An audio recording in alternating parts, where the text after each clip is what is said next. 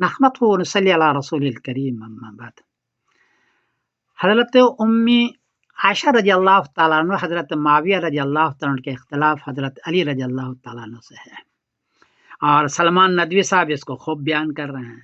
اصل اختلاف کیا یہ سمجھیے، اصل بات یہ ہے کہ حضرت عائشہ حضرت معاویہ رضی اللہ تعالیٰ عنہ حضرت علی رضی اللہ عنہ خلیفہ تو مانتے تھے، لیکن ان کا یہ دو بات کہنا تھا کہ جو لوگوں کو آپ نے ساتھ رکھا ہے حضرت علی، یہ اچھے لوگ نہیں ہیں، یہ حضرت عثمان رضی اللہ عنہ کی شہادت میں بہت آگے رہے ہیں، یا تو ان کو سزا دیجیے یا کم سے کم ان کو ساتھ مت رکھے جنگوں میں، ان کو بڑے بڑے عہدے نہ دیجیے۔ حضرت علی رضی اللہ عنہ مثلا مالک اشتر کو بڑا عہدہ تھا، فوج کا کمانڈر تھا، شمرجی جوشن صفین میں فوج کا کمانڈر تھا، اور ان لوگوں کا کارنامہ آپ دیکھ لیجئے کتنا خطرناک ہے۔ پہلا یہ ہے کہ یہ سارے ٹولے نے، جو شیعوں کا ٹولہ تھا، مدینے سے 4 مہینے کے اندر کوفہ لائے، جو 1200 کلومیٹر دور ہے۔ وہاں حضرت عائشہ رضی اللہ عنہ جنگ کرنے کے لیے نہیں گئی تھی، اپنی جان بچانے کے لیے گئی تھی، اس نے صلح کر لی، لیکن اس کے باوجود بھی رات میں تیر برسا اور جنگ جمل زبردستی ان لوگوں نے کروایا۔ یہ سارے مالک اشتر اور اس کے شیعوں نے کیا ہے۔ وہاں سے جب فارغ ہوئے تو صفین لے گئے، یہ 1500 کلومیٹر ہے۔ اب بتائیے کہ حضرت علی رضی اللہ عنہ اپنے دارالحکومت سے 1500 کلومیٹر لے گئے صفین، جو دمشق سے بھی آگے ہے، کتنا بھی یار مددگار کیا۔ پھر انہی لوگوں نے حضرت علی رضی اللہ عنہ کو شکست دلوائی جنگ صفین میں، جی انہی لوگوں نے۔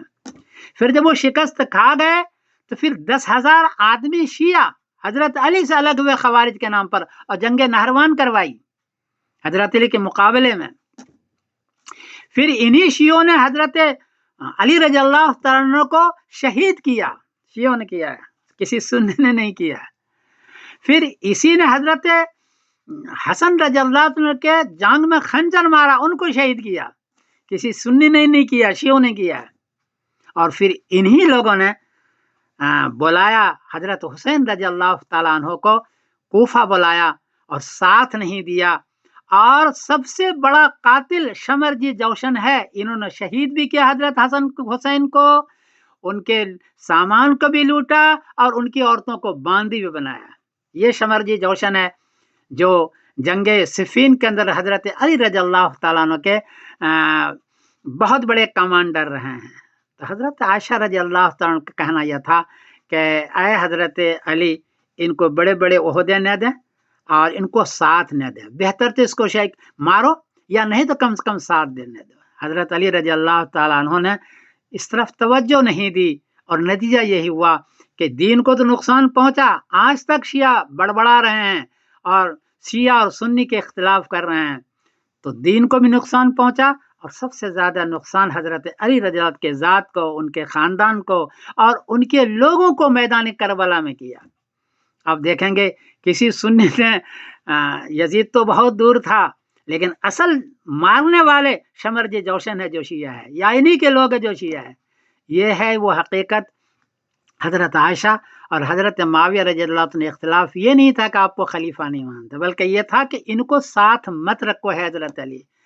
لیکن بس یہ ایک بات ہو گئی، حضرت علی رضی اللہ عنہ توجہ دیتے تو یہ بات نہیں ہوتی۔ اصل مسئلہ یہ ہے۔ بہرحال آپ تاریخ تبری کو دیکھیں، یہ پہلی کتاب ہے تاریخ میں، اور اس سے پہلے بھی 1-2 کتاب ہے، اس کو دیکھیں تو معلوم ہوگا کہ اصل اختلاف خلافت ماننا یا نہ ماننے کا تھا۔ اصل اختلاف تھا کہ ان بدماشوں کو ساتھ مت رکھو، بڑے بڑے وہ دے دو۔ بہرحال ہر ایک کا اپنا اپنا ذوق ہے، میرا اپنا مطالعہ بیان کر دیا۔ آپ حضرات اہل علم ہے، آپ بھی غور فرمائیں کہ اصل اختلاف ہے۔